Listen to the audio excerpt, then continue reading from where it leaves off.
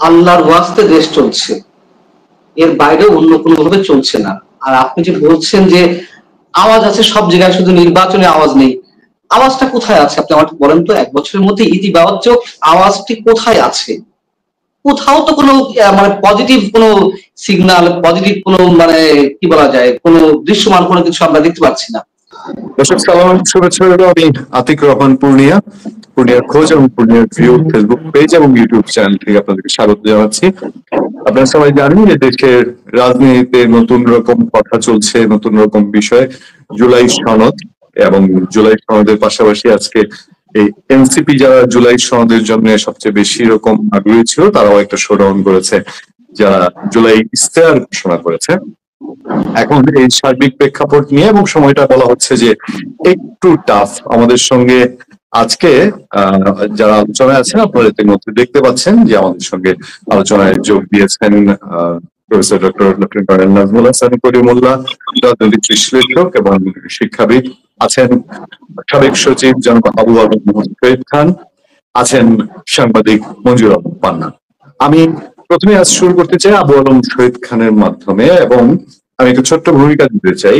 আমার প্রশ্ন, আমি সরল প্রশ্ন করতে চাই যে বাংলাদেশে এখন একটা আইন হলো, সংবিধানের পরিবর্তন হলো, যেমন সংবিধানের মূলনীতি চেঞ্জ হলো, আমরা জানলাম এই মূলনীতি চেঞ্জ হচ্ছে, বা একটা নতুন আইন হয়েছে ইন্ডেমনিটি অধ্যাদেশ, বুঝলাম যে এই লোকগুলো এই কাজ করেছিল, তাদেরকে ইন্ডেমনিটি দেওয়া হয়েছে।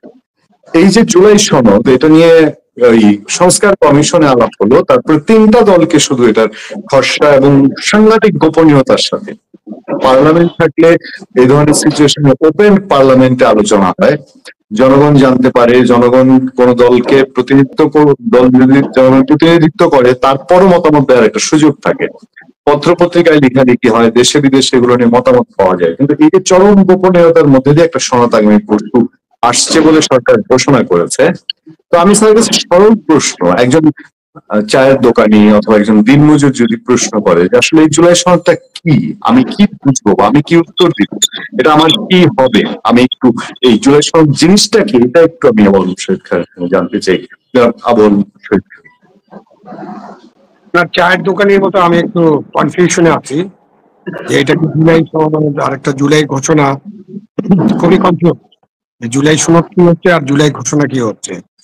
যতদূর বুঝতে পারি ওনাদের কথাবার্তা দিয়ে জুলাই ঘোষণা হচ্ছে একটা ঘোষণা, যে কি কারণে জুলাইতে এত 36 দিন ধরে আন্দোলন হলো এবং এর প্রেক্ষাপট কি, এই রেজাল্ট অ্যাচিভ হয়েছে, এবং এই ছাত্র জনতা যারা গণ অভ্যুত্থানে যোগ দিয়েছিল তাদের স্বপ্ন, তাদের নেতাদের স্বপ্ন কি ছিল, এই স্বপ্নগুলো কি কি ছিল এবং সেটা কিভাবে বাস্তবায়ন করা হবে। আর জুলাই সনদ যেটা বুঝতে পারছি সেটা হচ্ছে যে এতদিন ধরে রাজনৈতিক দলগুলোর সাথে যে ঐকমত্য কমিশন, যার চেয়ারম্যান হচ্ছেন আমাদের ডক্টর ইউনূস সাহেব, Nobel laureate, vice chairman Ali Riaz এবং আরো ছিলেন, সবাই মিলে যে আলোচনা করলেন এতদিন ধরে, সেই আলোচনার মধ্যে দিয়ে তারা কি কি বিষয়ে ঐকমত্যে পৌঁছেছেন সেটা নিয়ে একটা সনদ ঘোষণা করা, যেখানে জানা যাচ্ছে 164টা আইটেমের মধ্যে 100টার বেশি বিষয়ে তারা একমত হয়েছেন এবং আরো কিছু বিষয়ে তারা কাছাকাছি একমত হয়েছেন, পুরোপুরি একমত হন নাই। এখন সেই সনদটার ব্যাপারে আলোচনা হতে পারে যে এটা কিভাবে প্রকাশ করা হবে, কি কি ঘোষণা হবে, ঐক্যমত্য যেসব বিষয় হয়েছে সেগুলো নিয়ে সনদটা হবে, নাকি ঐক্যমত্য হয়নি এমন বিষয় যাদের নোট অফ ডিসেন্ট আছে তাদের কথা তুলে ধরা হবে। একজন নাগরিক হিসেবে আমার মনে হয় যেগুলো ঐক্যমত্য হয়েছে সেগুলোই যদি তারা সনদে তুলে ধরেন সেটা সবচেয়ে ভালো, এবং সেটা নিয়ে জাতি আলোচনা করতে পারে এবং ভবিষ্যতে পার্লামেন্টে নির্বাচন যখন হবে, নির্বাচনের মধ্য দিয়ে যারা পার্লামেন্টে যাবেন তারা পার্লামেন্টে এসব আলোচনা করে তারা একটা সিদ্ধান্ত নিতে পারবেন। আর যেগুলোতে আপত্তি আছে সেগুলো নোট অফ ডিসেন্ট দিয়ে প্রকাশ করার কোনো যুক্তি নাই, কারণ এই এটার নাম হচ্ছে ঐক্যমত্য কমিশন। ঐক্যমত্য হয়নি এমন বিষয় ঐক্যমত্য কমিশনের আলাপ আলোচনায় বা লেখায় আসবে কেন, আসার কোনো কারণ নেই। এখন এখানে অনেক পণ্ডিত ব্যক্তি আছেন, ইউনিভার্সিটি প্রফেসর, উনি বিদেশে কাজ করেছেন, আরো পণ্ডিতরা আছেন, সকলেই অবশ্যই এনজিওর সাথে কানেক্টেড, তাদের সরকারি কোনো অভিজ্ঞতা নেই, সরকারি কাজের অথবা রাজনৈতিক দলের সাথে কাজ করার কোনো অভিজ্ঞতা নেই। সেই কারণে তারা এরকমটা মনে করতে পারেন, তারা যেরকমটা ভাবেন, যেরকম ভাবে রিপোর্ট তৈরি করেন দাতা সংস্থার জন্য বা ওয়ার্ল্ড ব্যাংক, এডিবি, জাইকা এরকম সংস্থার জন্য বা বিদেশি সংস্থার জন্য যে কনসালটেন্সি রিপোর্ট তৈরি করেন, তারা সেই স্টাইলে যেতে পারেন। এই হচ্ছে মোটামুটি আমার জানা। আমি এদিকটা একটু যোগ মানে আপনার কাছে আরো একটু জানতে চাই যে আপনার সাবেক সচিব, আপনি জানেন যে বিষয় কোন দিকে যায়। ঠিক আছে, আপনি যেটা বললেন এটা তো ভালো, একটা দেশে আমরা তো এগিয়ে যাবো, ডেভেলপমেন্ট হবে, এটাই স্বাভাবিক। মানে কি তাতে করে এই যে গোপনীয়তা, চরম গোপনীয়তা, পার্লামেন্ট নাই, জনগণের মতামত নাই, নির্বাচিত একটা সরকার নাই, তাহলে এরকম একটা ভালো জিনিস হবে, এটা এরকম লুকোচুরি বা লুকোচুরি করা, ধামাচাপা দেয়া, এর মধ্যে দিয়ে কি আছে? এটা কেন হয়? আওয়ামী লীগও তো বলে যে আচ্ছা, কোথায় কথা বুঝছে যে আওয়ামী লীগ এই করবে সেই করবে, সতর্কতা চরম, সারা দেশের সতর্কতার মাঝে এটা কেন করতে হবে? এটা তো আরো ওপেন ডিসকাশন, ওপেন জানান। আরো দেখেন যে 3টা দলকে, এটা মিটিং করলেন আপনি 30-34টা দলের সঙ্গে, বাট আপনি 3টা দলকে গোপন ভাবে খসড়া দিলেন। ব্যাপারটা আসলে একটু কি খটকা তৈরি করে না বাবুল শহীদ খান? শুধু পটকা তৈরি করে না, এটা অন্যায়, অন্যায্য। কারণ হচ্ছে, এবং তারপরে কথা হলো যে আপনি যে কোনো বিষয় জাতির জন্য যেটা করতে চাবেন, জাতিকে এটা জানাতে হবে। এখানে গোপনীয়তা, হুঁশাসের কোনো প্রয়োজন নেই। যেখানেই গোপনীয়তা সেখানেই ষড়যন্ত্র মানুষ খুঁজবে। যেখানেই গোপনীয়তা সেখানে নানান ধরনের আস্থাহীনতার ব্যাপার আসবে, সন্দেহ আসবে। সুতরাং এইটা তারা কেন এই রিস্ক তারা নিচ্ছেন, তারা সেটা ভালো বলতে পারবেন। বাট এই গোপনীয়তার কোনো কারণ নেই, কেন আপনি তো জনগণের জন্য করছেন।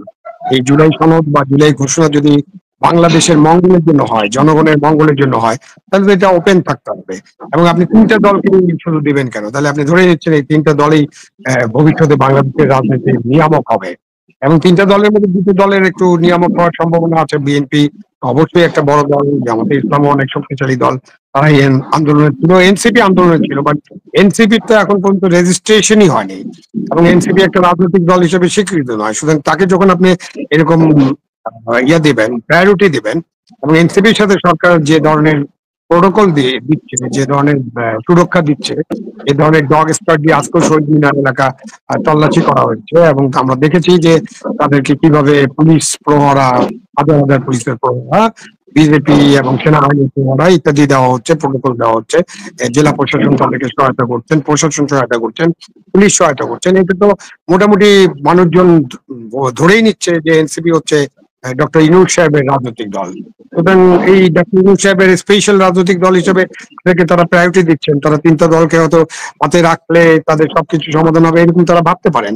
বাট এটা অনার্য এবং এটা সংবিধান বিরোধী, এবং এটা আমাদের যে মৌল নীতি আছে, আপনার স্বচ্ছতা, জবাবদিহিতা, এটা দিয়েছে।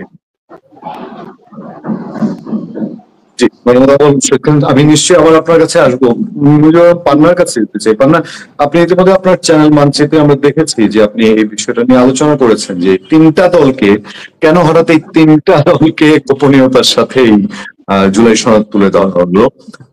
আবুল শহীদ খান সাহেব যেটা বলছিলেন যে এই 3টা দলকে দিয়ে তাহলে গভর্নমেন্ট কি আগামী এক্সিট খুঁজছে, আর তারা মনে করছে যে এই 3 দল আমার হাতে থাকলে আর বাকি সব উচ্ছন্নে যাক, আমার আর কোনো কিছু প্রয়োজন নাই। মানে এই গোপনীয়তার তো কিছু একটা হেতু আছে, আর এমন তো না যে দেশের মানুষ কিছুই বোঝে না। আপনার এই জায়গাটায় বিশ্লেষণটা একটু আমাদের দর্শকদের জন্য জানতে চাই, মঞ্জুর রহমান পান্না। জি, অনেক ধন্যবাদ আপনাকে এবং সাবেক সচিব আবু আলম শহীদ খান এবং অধ্যাপক ডক্টর নাজমুল হাসান কলিমুল্লাহ, সবাইকে আমার শুভেচ্ছা জানাচ্ছি। বিষয় হচ্ছে যে দেখুন, সরি টু সে, আমি বলতে বাধ্য হচ্ছি, এই যে ঐকমত্য কমিশনের বৈঠক, যে বৈঠকগুলো হচ্ছে, অথবা এই যে আপনি যে বিষয়টি প্রশ্ন করলেন যে জুলাই সনদ বা ঘোষণাপত্র বিশেষ করে 3টি দলের কাছে পৌঁছে দেওয়া হচ্ছে, আমার কাছে মনে হচ্ছে যে একটা মিলিটারি শাসন চলছে। কেন আমি এই কথা বলছি? এর আগেও বলেছি, ডক্টর মোহাম্মদ ইউনূস যখনই বিপদে পড়েন তখনই রাজনৈতিক দলগুলোকে ডাকেন, রাজনৈতিক দলগুলো সুর করে তার যমুনাতে যান বা যেখানে মেনু ঠিক করেন সেখানে চলে যান, গিয়ে চা নাস্তা করে মোটামুটি করে চলে আসে। রাজনৈতিক দলগুলো, বিশেষ করে বিএনপি যেমন বুঝতে পারছে তাদেরকে ব্যবহার করছে, তারপরে ডক্টর মোহাম্মদ ইউনূসের কোনো আহ্বানই তারা অ্যাভয়েড করতে পারেন না। অর্থাৎ মিলিটারি প্রশাসক থাকলে যেমন একটা ভয় আতঙ্ক কাজ করে রাজনৈতিক দলগুলোর মধ্যে, বিএনপি একটা উদাহরণ দিলাম। আবার যে 3টি দলের কাছে জুলাই সনদের খসড়া দেওয়া হলো, আমি এই 3টি দলের বাইরে এবং অন্য যে রাজনৈতিক দলগুলো কথা বলছি, মনে করেন এই 3টে দলের মধ্যেও যদি কথার কথা বিএনপি কেও না দেওয়া হতো, আমার ধারণা বিএনপি উচ্চবাচ্য করতো না। জামাতকে যদি না দেওয়া হতো, জামাত সাংঘাতিক ভাবে রিয়াক্ট করতো, এনসিপি তো রিয়াক্ট করতোই, ডক্টর মোহাম্মদ ইউনূসের নিজের দল, সেটি সবাই বলে। এখন অন্য দলগুলো আমি এখনো পর্যন্ত শুনিনি যে তারা খুব তীব্র বিরোধিতা করেছে। তার মানে সবসময় একটা চাপা আতঙ্ক, চাপা ভয়, অথবা তাদেরকে বোধহয় গুরুত্ব দেবে না কথা বেশি বললে, তাদেরকে আর ডাকবে না, তাহলে তাদের জাতি ইজ্জত মান চলে যাবে, অথবা একটা অজানা ভয়, মানে মিলিটারি শাসন চলছে এমন একটা অবস্থা। একমাত্র আমরা দেখলাম যে সিপিবি শুধুমাত্র কোন কোন ক্ষেত্রে, মানে বাংলাদেশের কমিউনিস্ট পার্টি সিপিবি কোন কোন ক্ষেত্রে চরম আপত্তি জানিয়েছে কোন কোন বিষয়, এবং কয়েকবার তো ওয়াক আউটও করেছে ঐকমত্য কমিশনের বৈঠক থেকে। এবং এই যে আবু আলম শহীদ খান ভাই বলছিলেন যে বা আপনি নিজে যেটা অ্যাড্রেস করলেন, যে এই যে গোপনীয়তা, এটা শুধু ভুল বা অন্য কিছু না, এটা ডিরেক্ট অন্যায়। যেখানে এই সনদের সবাই স্বাক্ষর করবে সর্বসম্মতিতে, তাহলে এখানে অন্য দলগুলোকে পাশ কাটিয়ে বিশেষ 3টি দলকে দেওয়া হচ্ছে, সর্বসম্মতি কি হলো? এবং অবশ্যই এখানে হিডেন কিছু থাক আর না থাক, মোটামুটি জটিলতা এড়াতে বা তড়িঘড়ি করে একটি সনদ তৈরি করার একটি বিষয় জায়গা থেকেই এই প্রক্রিয়াগুলো চলছে। অন্য দলগুলোকে দিলে যাতে যদি তারা আপত্তি জানায়, কোন ধরনের ডিসপিউট দেয়, এই জায়গা থেকে যেহেতু 3টে দল মুখ্য, এবং আমরা সবাই জানি যে এনসিপি তো রেজিস্ট্রেশন বিহীন একটি দল, এখনো পর্যন্ত রেজিস্ট্রেশন হয়নি, তাহলে আম জনতা দলের অপরাধটা কি? তাহলে ওই যে বিশ্ব বেকার পার্টি না বাংলাদেশ বেকার পার্টি, তাদের সমস্যাটা কি? তারাও তো রেজিস্ট্রেশন পায়নি, তাদেরকে দেওয়া হলো কেন? এখন বিশেষ যেমন ইচ্ছে তেমন চলছে, এখানে কিছু বলার নেই, কেউ বলতে পারছে না। রাজনৈতিক দলগুলো তো বাদ দিলাম, আমরা এই যে গুটি কয়েক মানুষ বাদে অন্য কেউ তো কথা বলতে দিচ্ছে না, সবাই একটা ভয়ের মধ্যে আছে। এবং ওই যে যেটা বলছিলাম যে মিলিটারি প্রশাসন চলছে, হয়তো তাই। না, আমি নিশ্চয়ই আপনার কাছে আসবো। আমি দুঃখিত যে সরি বলতে হচ্ছে না, আমি জনাব আহমেদুল্লাহ সানি কলিমুল্লাহ স্যার আপনাকে অপেক্ষা করাচ্ছে, এবং স্যারের একটু ব্যস্ততা আছে, উনি হয়তো আমাদের 3জনকে রেখে একটু বের হয়ে যাবেন, তখন আমরা 2টা প্রসঙ্গ দিয়ে আপনাদের কাছ থেকে জেনে শেষ করব। আমি স্যারের কাছে একটু জানতে চাই যে স্যার, এই যে পান্না যেটা বলছিলেন যে এনসিপি একটু রাগ বেশিই করে, শিশু দল বা নিজের দল তো আপনার একটু বেশিই থাকবে, স্বাভাবিক। অন্যরা আজকে দেখলাম যে বলছে শহীদ মিনারে যে ইলেকশন কমিশন যে অবস্থায় আছে, এরকম থাকলে তারা নির্বাচন বর্জন করবে। ওকে, আমি এইসব আলোচনা এখন আনতে চাই না। স্যারের কাছে আমার প্রশ্ন, স্যার, এর মধ্যে দিয়ে একটা অজানা কোথায় যেন আওয়ামী লীগ আতঙ্কে ভুগছে চারদিক, বিশেষ করে সরকারি অংশ, তারা ইভেন বিএনপির মধ্যে অত একটা দেখা যায় না, কিন্তু সরকার কোথায় যেন একটা আওয়ামী লীগ ভূত একটা ব্যাপার আছে। সারা দেশের সতর্ক অবস্থা, এই যে জুলাই ঘোষণা বা জুলাই চার্টারে এমন কি আসতে পারে আপনি ধারণা করছেন, বা এটার পরিণতি কি হতে পারে, যেটার কারণে এত চরম গোপনীয়তা? এবং একসময় বলা হচ্ছিল যে অনলাইনে সমস্ত কিছু মতামত জানানো হবে, কে কোনটা জুলাই চার্টার নিয়ে বা সনদ নিয়ে আলাপ আলোচনার যে আবহটা একটা অনেকদিন ধরে তোলা হচ্ছে, এবং উত্তরপ্রদেশে এখন ইশতেহারে এসে ঠেকেছে। আর হয়তো 3 দিন অপেক্ষা করার পরে আসল সনদটা জনসমক্ষে আসবে। এখন যে প্রিপারেটরি হাইপ তৈরির যে চেষ্টা, এটা মেটিকুলাস ডিজাইনের অংশ। আর প্রাইম মুভার কিন্তু এনসিপি, কারণ এটি প্রফেসর ইউনূসের স্বপ্নের রাজনৈতিক দলের অঙ্কুরোদ্গম বলতে পারে। হাঁটি হাঁটি পাপা করে তারা টডলার স্টেজে এসছে, আরো আগাবে। আর যেই টকবগে ভাবটা দেখছে, তারা কিন্তু আইন ফর দ্য ইলেকশন, তাদের টার্ম সিলেকশন যেটা আমরা ঐতিহাসিক ভাবে আন্তর্জাতিক যে প্রত্যাশাটা, অবাধ সুষ্ঠু নিরপেক্ষ নির্বাচন, ইলেকশন ইঞ্জিনিয়ারিং ব্যতিরেকে ইন্ডিপেন্ডেন্ট ইলেকশন, সেইটা কতটুকু শেষ পর্যন্ত আমরা সংগঠন দেখবো, সেটা নিয়ে বড় প্রশ্নবোধক চিহ্ন আছে। আমাদের মাননীয় প্রধান নির্বাচন কমিশনার, তিনি কিন্তু প্রথম থেকেই নানান রকম ইঙ্গিত করছেন। যেমন 13 তারিখে লন্ডনে বসে আমাদের মাননীয় প্রধান উপদেষ্টা এবং বিএনপির কর্ণধার তারা যে সমঝোতা করলেন, এবং সেটি জিওবির ওয়েবসাইটে প্রকাশ করা, তিনি বললেন যে এটা কিন্তু দুজনের স্বাক্ষর নেই, বিপক্ষের স্বাক্ষর নেই, সুতরাং এটা কিভাবে বাইন্ডিং বা এটা কিভাবে আপনার প্রামাণিক, সেটা বিবেচনা করব। তারপরে তিনি বলেছেন সরকারের পক্ষ থেকে এখন পর্যন্ত কোনো সবুজ সংকেত আমি পাইনি। তো এই যে একটা অ্যাসার্ট করবার চেষ্টা, এটা ন্যাচারালি একটি নবগঠিত দল, দলের নেতৃবৃন্দ ভালো চোখে দেখেনি। তারা ইতিমধ্যে একবার নির্বাচন কমিশন প্রেমিসেসের সামনে গিয়ে ডেমনস্ট্রেশন করেছে, তাদের অনাস্থা ব্যক্ত করেছে।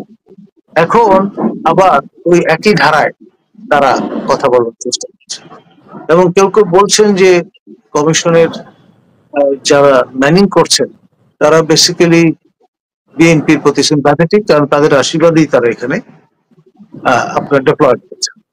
তো এই যে বিষয়গুলো, সেগুলো ক্রমে কিন্তু আরো ফোরফ্রন্টে আসবে, এবং এনসিপির টার্মসেই নির্বাচন কমিশনকে কাজ করতে হবে, বা তাদের পুনর্গঠনের ব্যবস্থাটি তারা করবে। কারণ হচ্ছে এই যে এনসিপির স্বার্থ যদি রক্ষিত না করতে পারে এই সাংবিধানিক ভাষাটি, তাহলে তারা কেন সমর্থন প্রদান করবেন বা তাদের প্রোটেক্ট করবেন? এটা একটা বড় প্রশ্ন হিসেবে সামনে আসবে। যেমন কতগুলো খসড়া আপনার ভেসে বেড়াচ্ছে সামাজিক মাধ্যমে, তার মধ্যে একটি খসড়া পরে তারা ডিজাইন করেছেন, ওখানে বলা ছিল 30টি আসন নির্ধারিত থাকতে হবে, একটা নারী আসনের মতো এনসিপির জন্য। এখন আপনার একটি অবাধ, সুষ্ঠু, নিরপেক্ষ নির্বাচনের প্রক্রিয়া এ ধরনের আপনার রিজার্ভেশন রাখবার সুযোগ আছে বলে তেমন। তাহলে বাকি অনিবন্ধিত দলগুলো কি করবে? যখন নিবন্ধনের কাজটি শেষ হয়ে, যখন আজকে তাদের বাকি কাগজপত্র জমা দেওয়ার তারিখ ছিল, অনেকে দিয়েছেন, তো আপনার এই যে প্রক্রিয়াটি সেটি শেষ হলে পরে বাকি যারা নতুন ভাবে নিবন্ধিত হলেন আর যারা তো আগে থেকে নিবন্ধিত আছেনি, সবারই কিন্তু আপনার ভয় ডর অনেকটা কেটে যাবে যখন নির্বাচন সমাসন্ন হবে। এখন হয়তো তারা নানান ট্যাকটিক্যাল কারণে ফলেন ফ্রম গ্রেস সবার ঝুঁকিতে থাকবার কারণে হয়তো আড়ষ্টতার মধ্যে আছেন, সেটা হয়তো ভবিষ্যতে থাকবেন না। ধন্যবাদ। স্যার, ইলেকশনের কি কোনো লক্ষণ দেখতে পাচ্ছেন? কাজ তো শেষ, মানে তারা সংস্কার বলেছিলেন, সংস্কার তো তাদের এই যা প্ল্যানিং তো হয়ে আসে, এত দেন দরবার করে সংস্কার কমিশন, তারপরে বিচার তো দীর্ঘমেয়াদী প্রক্রিয়া।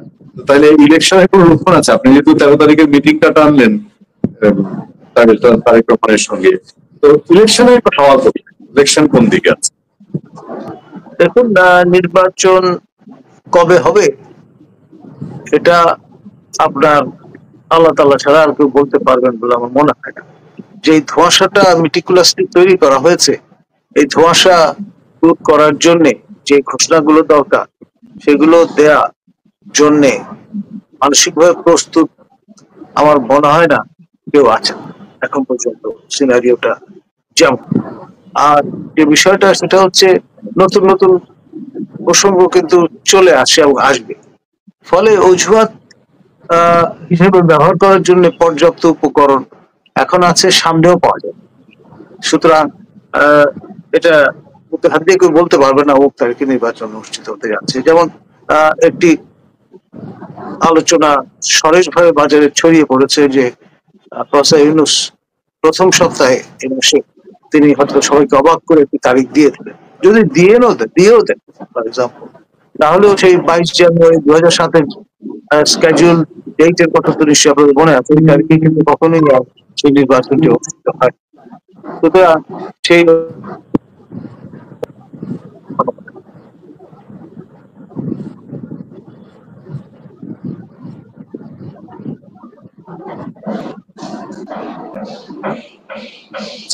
আমি আমি আবারও শহীদ খান স্যার যেতে চাই যে স্যার আপনার কাছে আমার প্রশ্ন আবার আমি চাই আরেকটা শোতে ঢুকতে হবে, স্কেডিউল করা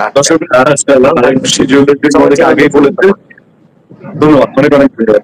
আপনি আবার শহীদ খান স্যারের কাছে একটি সরল প্রশ্ন নিয়ে যেতে চাই আবার, সেটা হচ্ছে এটা একটা অন্তর্বর্তী সরকার, নাম বলতে বলা হচ্ছে অন্তর্বর্তীকালীন সরকার, যার মেয়াদ বা অন্য কোনো কিছু সম্পর্কে কারো কোথাও কোনো সুনির্দিষ্ট ধারণা নেই।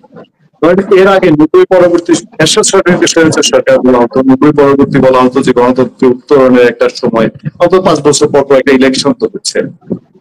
এরপর শেখ হাসিনা সরকার কেউ বললেন যে স্বৈরাচারী সরকার। এখনের সরকারকে আপনি যদি বলি যে এটা আসলে কি ধরনের সরকার, মানে সরকার উপদেষ্টাদের দিয়ে নানান প্রশ্ন হচ্ছে, দেশ আসলে চলছে কিভাবে, কারা দেশ চালাচ্ছে?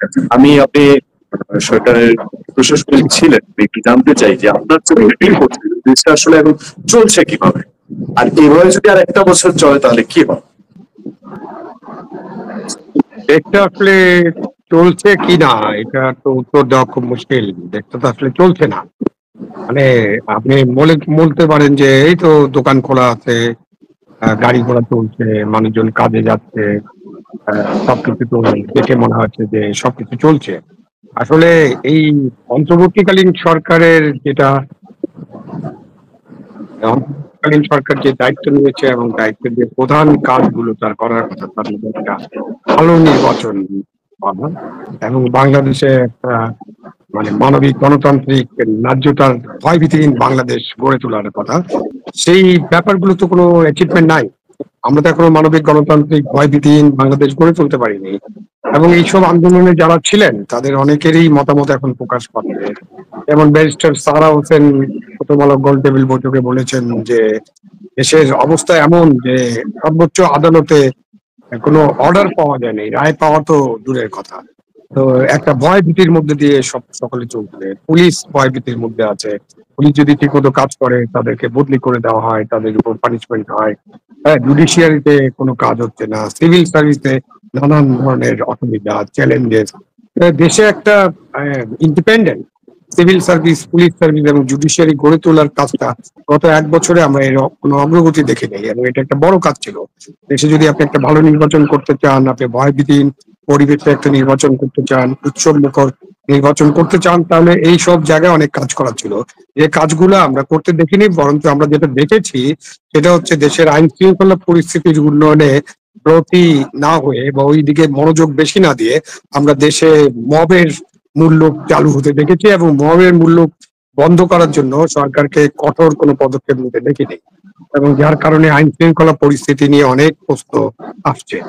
দেশের যে নিপীড়িত, শোষিত বা এই যে নিরন্ন মানুষ আছে, কোটি কোটি মানুষ, 5 কোটি 6 কোটি মানুষ, তাদের যে ভাগ্যের উন্নতি বা তাদের যে অবস্থার উন্নতি, জীবন মানের উন্নতি, এই বিষয়তে আমরা কোনো উন্নতি এখন পর্যন্ত অর্জন করতে পারিনি। যে কারণে তারা শেখ হাসিনার গভর্নমেন্টের বিরুদ্ধে যে আন্দোলন হয়েছিল, সেই আন্দোলনে অনেক সাধারণ মানুষ, শ্রমিক, মুখে মজুর, রিক্সাওয়ালা তারা জয়েন করেছিল। তো তাদের কোনো ভাগ্যের উন্নয়ন তো ঘটেনি, বরঞ্চ তারা এখনো দ্রব্যমূল্যের চাপে পিষ্ট। তাদের কাজ কমে গেছে। দেশে প্রায় 30 লক্ষ মানুষ নতুন করে বেকার হয়েছেন, দারিদ্র্য সীমার নিচে চলে গেছেন অনেক মানুষ। এইসব মিলিয়ে আপনি যদি বলেন যে দেশটা চলছে কেমন, দেশটা তো ভালো চলছে না। এবং অন্তর্বর্তীকালীন সরকার যদি সদিচ্ছা থাকতো, ডক্টর ইউনূস একজন নোবেল লরেট, তিনি যে সরকারটা গঠন করেছেন তাদের যদি প্রায়োরিটি করা থাকতো, তারা যদি নিবেদিত প্রাণ হয়ে সদিচ্ছা নিয়ে কাজ করতেন, তাহলে তারা অনেক কিছু করতে পারতেন বলে আমার বিশ্বাস।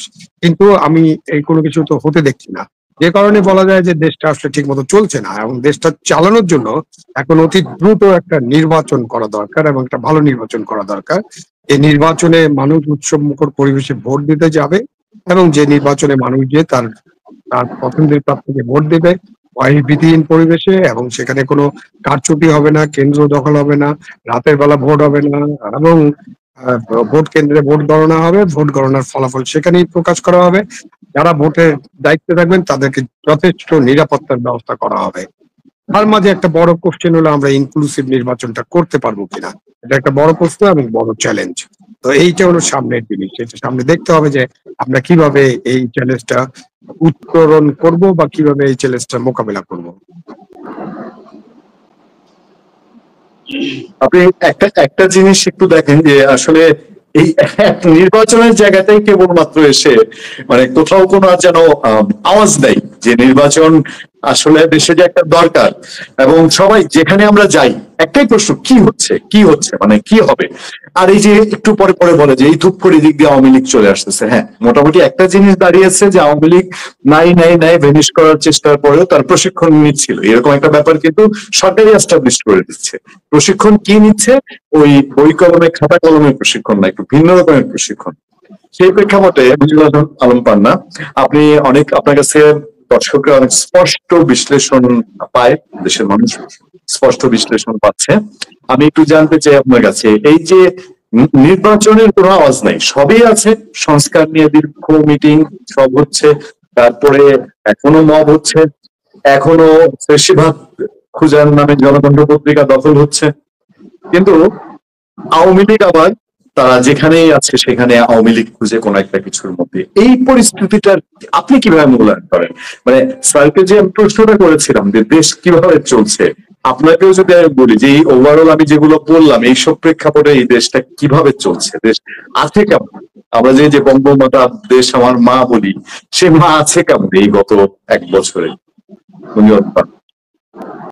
একবারে আমার কাছে তো মনে হচ্ছে যে আমি একটা পরাধীন দেশে আছি, মানে কিছু বলতে পারছি। আমি 3 জন প্রবলেম ফিগারের 3টি কোটেশন উল্লেখ করি, হ্যাঁ, মানে তারা যে বক্তব্য দিয়েছে তাই সেখান থেকে কোট করি, যদি এই কথাগুলো আমি নিজে অনেকবার ব্যবহার করেছি। 1 নম্বর হচ্ছে আমাদের সিনিয়র জার্নালিস্ট, আমাদের সবার খুব ভালোবাসা মানুষ, সাংবাদিক নুরুল কবির, তিনি বলেছেন যে এই সরকার বোবা কালা, কিছু বলেও না কিছু শোনেও না, মানে কাজটা কি?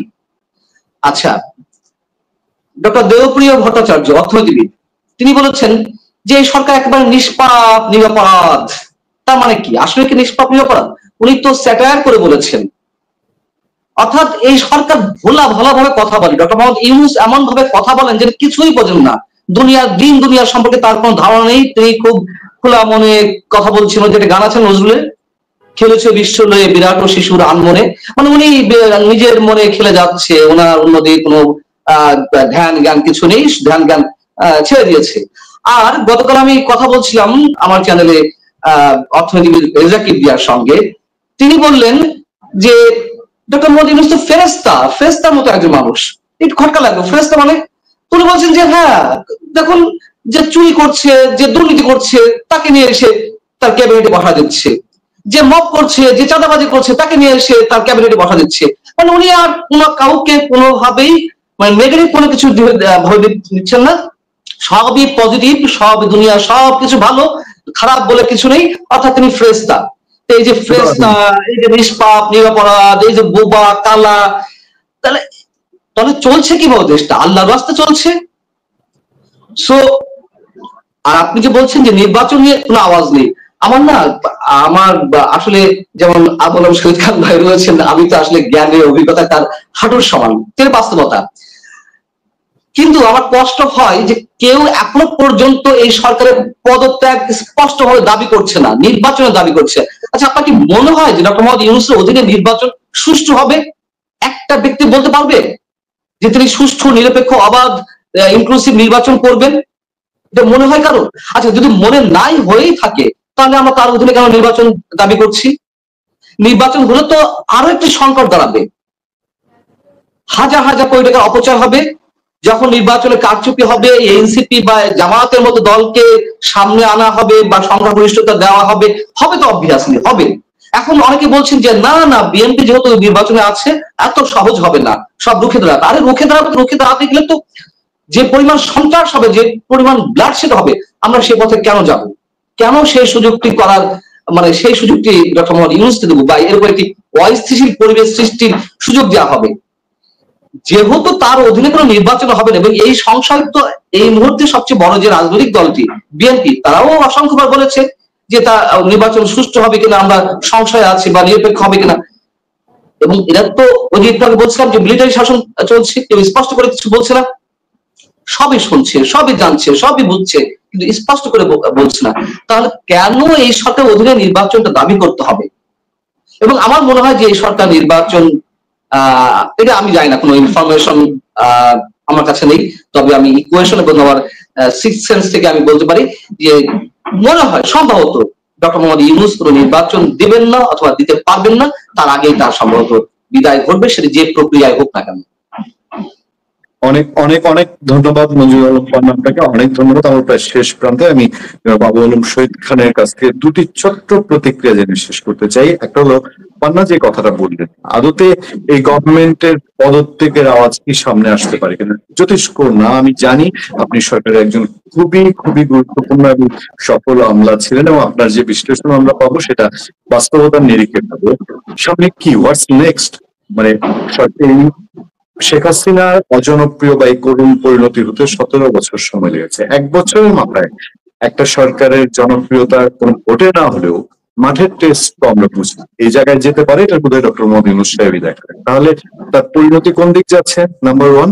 আর সামনে এই অবস্থা চলতে থাকলে কি যারা সক্রিয় রাজনীতিবিদ তাদের মধ্যেও কি তার পদত্যাগের আওয়াজ উঠতে পারে?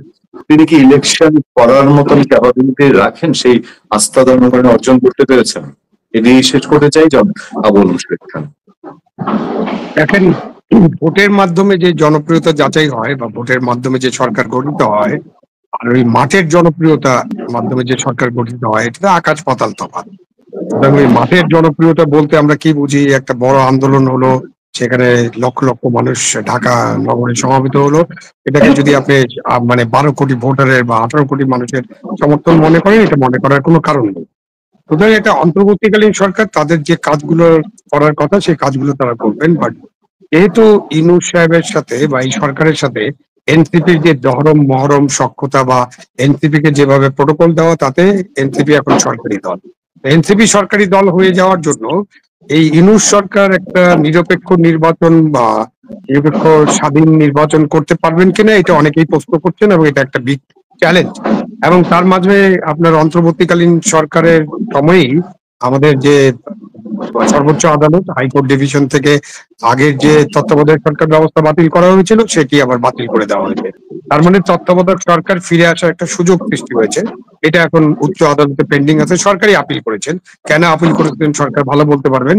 কেন এই আন্দোলন, আপনি শেখ হাসিনা বিরোধী আন্দোলনের সূচনা কিন্তু তত্ত্বাবধায়ক সরকার থেকে, এবং তত্ত্বাবধায়ক সরকার নেই বলেই আপনার 14, 18, 24-এর নির্বাচন এত নিয়ে এত কথা। 14-তে একতরফা নির্বাচন, 18-তে রাতের বেলা নির্বাচন, 24-এ আমি তুমি দামির নির্বাচন। এই তত্ত্বাবধায়ক সরকারটা ছিল মূল বিষয়। সুতরাং এখন তত্ত্বাবধায়ক সরকার ব্যবস্থা ফিরিয়ে আনার একটা সুযোগ সৃষ্টি হয়েছে। তো আগামী নির্বাচন ইউনূস সাহেবের অধীনে যদি জনগণ মনে করে, অথবা পলিটিক্যাল পার্টি, এখন তো পলিটিক্যাল পার্টিকে মনে করতে হবে, তারা যদি ইউনূস সাহেবের অধীনে সুষ্ঠু নির্বাচন নিয়ে আশঙ্কা প্রকাশ করে, তাহলে নিশ্চয়ই তারা তত্ত্বাবধায়ক সরকারের দাবিটা তুলে ধরবে, বা তত্ত্বাবধায়ক সরকারের এই শুনানিটা শেষ হওয়া দরকার। এবং দরকার হলে একটা তত্ত্বাবধায়ক সরকার গঠিত হবে, নির্বাচনকালীন তত্ত্বাবধায়ক সরকার। সেটা আমার মনে হয় যে সেটা একটা বড় সমাধান, এবং সেই সমাধানের পথে আমরা যেতে পারি। এটা নির্ভর করবে অনেক বিষয়ের উপরে। রাজনৈতিক দলগুলো কি মনে করেন এবং তারা কি পথ খুঁজে নিতে চান সেটার উপর নির্ভর করবে। আর ইনক্লুসিভ নির্বাচনও নির্ভর করবে যে রাজনৈতিক দলগুলো কিভাবে এই নির্বাচনটাকে দেখবেন। যদি নির্বাচন ইনক্লুসিভ না হয়, তাহলে নির্বাচন নিয়ে তো আবার আগের মতো প্রশ্ন আসবে যে একটা বড় অংশকে বাদ দিয়ে আপনারা কিভাবে এই নির্বাচনটা করলেন। এই প্রশ্নটা শুধু অভ্যন্তরীণ ভাবে না, সেই প্রশ্নটা আন্তর্জাতিক ভাবেও উত্থাপিত হবে। কিন্তু এগুলো এই আগামী নির্বাচনের সবচেয়ে বড় চ্যালেঞ্জ। ইউনূস সরকারের অধীনে একটা ভালো নির্বাচন হবে বা নিরপেক্ষ নির্বাচন হবে, এটা কিন্তু নিয়ে অনেক প্রশ্ন এখনই উপস্থাপিত হচ্ছে, উত্থিত হচ্ছে। সুতরাং এটা একটা বড় আলোচনার বিষয়, এটা আলোচনা করতে হবে। ওকে, অনেক অনেক অনেক ধন্যবাদ। আমরা অনুষ্ঠানের শেষ প্রান্তে মঞ্জুর আলম পান্না, অসংখ্য ধন্যবাদ ও কৃতজ্ঞতা, এবং জনাব আবু আলম মোহাম্মদ শহীদ খান, আপনার দুজনকে কৃতজ্ঞতা জানিয়ে আজকের মতো এখানে শেষ করছি। ভালো থাকবেন, সুস্থ থাকবেন।